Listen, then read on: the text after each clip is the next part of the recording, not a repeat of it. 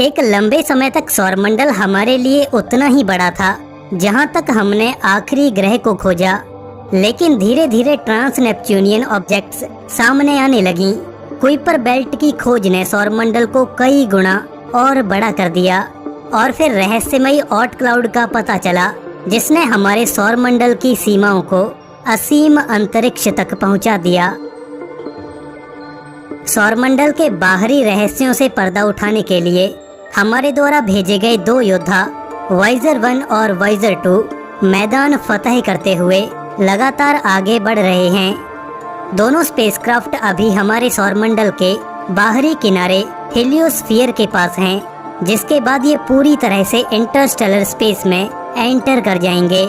NASA के वैज्ञानिक इन spacecraft से मिले डेटा से उनकी लोकेशन पर पार्टिकल्स के मोशन, दिशा और अनेकों पैरामीटर्स को स्टडी कर रहे हैं। हाल ही में वैज्ञानिकों ने पाया कि सूर्य से इतनी दूर सौरमंडल के एकदम किनारे पर प्रेशर एकदम बढ़ गया है, जो कि उनके अनुमान से कहीं ज्यादा है। इसके बाद वैज्ञानिकों ने अनेकों तरह की हाइपोथेटिकल सिचुएशंस का अनुमान लगाना शुरू कर दिया है कि क्या वहाँ कोई और चीज हो सकती है जिसके इन्फ्लुएंस के कारण वहाँ का प्रेशर इतना बढ़ गया है। चलिए पहले प्रेशर के कॉन्सेप्ट को क्लियर कर लेते हैं।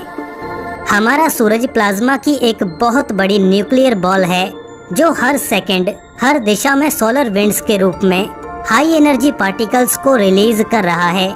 अब हमारे पास तो मैग्नेटिक फील्ड है, जिसके कारण ये पार्टिकल्स हम तक बहुत कम अमाउंट में पहुंचते हैं। ये पार्टिकल तकरीबन लाइट की स्पीड से ट्रेवल करते हैं और बिलियंस ऑफ किलोमीटर्स तक जाते हैं, जिससे सूर्य के इर्द गिर्द एक बड़ा बबल टाइप स्ट्रक्चर बन जाता है। ये स्ट्रक्चर है हमारे सूर्य के एटमॉस्फेयर का, ठीक वैसे ही जैसे पृथ्वी का एटमॉस्फेयर है। सूर्य के एटमॉस्फेयर को हेलियोस्फीयर कहा जाता है। एक तरफ जहां सूर्य बाहर की ओर पार्टिकल्स फेंक रहा है, यानी आउटवर्ड प्रेशर लगा रहा है, वहीं इंटरस्टेलर स्पेस से आ रही कॉस्मिक रेज अंदर की ओर प्रेशर लगा रही हैं। टर्मिनेशन शॉक वो जगह है जहां सोलर विंड्स की स्पीड एकाएक कम हो जाती है। इसके बाद आता है हीलियोसीथ, जहां कॉस्मिक रेज सोलर विंड्स को और स्लो कर देती हैं, जिससे वहां पर टर्बुलेंस का माहौल बन जाता है। इसके आगे आता है हीलियोपाउज, जहां सोलर विंड्स और कॉस्मिक रेज द्वारा लगाया गया प्रेशर लगभग बराबर हो जाता है और सोलर विंड्स के पार्टिकल लगभग रुक जाते हैं। यहाँ पर दोनों साइड्स बैलेंस हो जाती हैं। अब आप ये इमेजिन मत कर लेना कि वहाँ पर बहुत ज्यादा प्रेशर होगा, मतलब एक भयानक लड़ाई चल रही होगी सोलर विंड और कॉस्मिक रेज में। ऐसा कुछ नहीं है। सूर्य से दूर हेलियोस्फीयर का प्रेशर बेहद ही ज्यादा कम है। एग्जाम्पल के लिए धरती पर अगर प्रेशर पास्कल में देखा जाए तो यहाँ का नॉर्मल प्रेशर है 1,01,000 पास्कल्स के करीब, लेकिन हेलियोस्फीयर का प्रेशर फेम्टो पास्कल्स में मापा जाता है, यानी कि quadrillionth part of pascal. I hope आपको हेलियोस्फीयर में प्रेशर का कॉन्सेप्ट समझ आ गया होगा, लेकिन ये पता करना कि आउटर स्पेस में एग्जैक्टली कितना प्रेशर है, ये काम आसान नहीं है। वॉयेजर प्रोब के ज्यादातर साइंटिफिक इंस्ट्रूमेंट्स अभी के समय बंद पड़ चुके हैं, लेकिन ये डेटा थोड़ा पुराना है। किस्मत से हमारे दोनों योद्धा इंटरस्टेलर स्पेस की ओर जा रहे हैं। वॉयेजर 1 जो कि 20 बिलियन किलोमीटर दूर है और वॉयेजर 2 भी ठीक उसके पीछे है। किस्मत ने यहाँ भी हमारा साथ दिया और वहाँ पर एक सोलर एक्टिविटी शुरू हो गई, जिसे ग्लोबल मर्ज्ड इंटरैक्शन रीजन यानी GMIR कहा जाता है, जो कि स्लो सोलर विंड्स के हाई स्पीड सोलर विंड से टकराने पर शुरू होती है।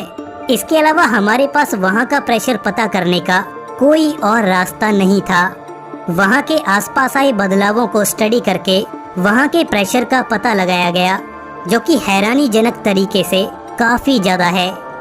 कैलकुलेशंस बताती हैं कि ये तकरीबन 267 फेम्टो पास्कल्स है, जो कि अगेन हमारे अर्थ के एटमॉस्फेरिक प्रेशर के मुकाबले कुछ भी नहीं है।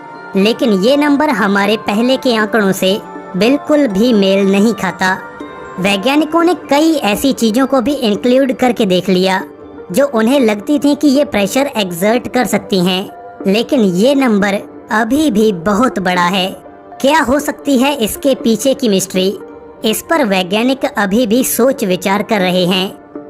वैज्ञानिक उस मीडियम में आवाज की स्पीड को मापने में भी कामयाब रहे, जो कि 314 किलोमीटर प्रति सेकंड निकल कर आई। ये स्पीड पृथ्वी पर साउंड की स्पीड से 1000 गुना ज्यादा तेज है। और इसी के साथ एक और बड़ा सवाल हमारे सामने है। प्रोब्स के नजदीक कॉस्मिक रेज की इंटेंसिटी काफी कम हो गई है, जबकि दोनों प्रोब्स अलग अलग जगह पर अलग अलग कंडीशन में हैं। वैज्ञानिकों के लिए ये भी एक बड़ी पहेली बनी हुई है। ये कोई नहीं जानता कि वॉयेजर से आने वाला डेटा और कैसे कैसे रहस्यों से भरा हुआ होगा। दोस्तों, आपको क्या लगता है कि क्या वहाँ सोलर सिस्टम की एज पर सच में कोई ऐसी बॉडी है जो वहाँ का प्रेशर लगातार बढ़ा रही है? अपनी राय हमें कमेंट सेक्शन में जरूर दें। दोस्तों, वीडियो पसंद आए तो वीडियो को लाइक और शेयर जरूर करें। ऐसे ही और इन्फॉर्मेटिव वीडियोस के लिए इस चैनल को सब्सक्राइब करके बेल नोटिफिकेशन ऑन जरूर कर लें। दोस्तों, मिलते हैं ऐसे ही एक नए इन्फॉर्मेटिव एपिसोड में। तब तक के लिए नमस्कार।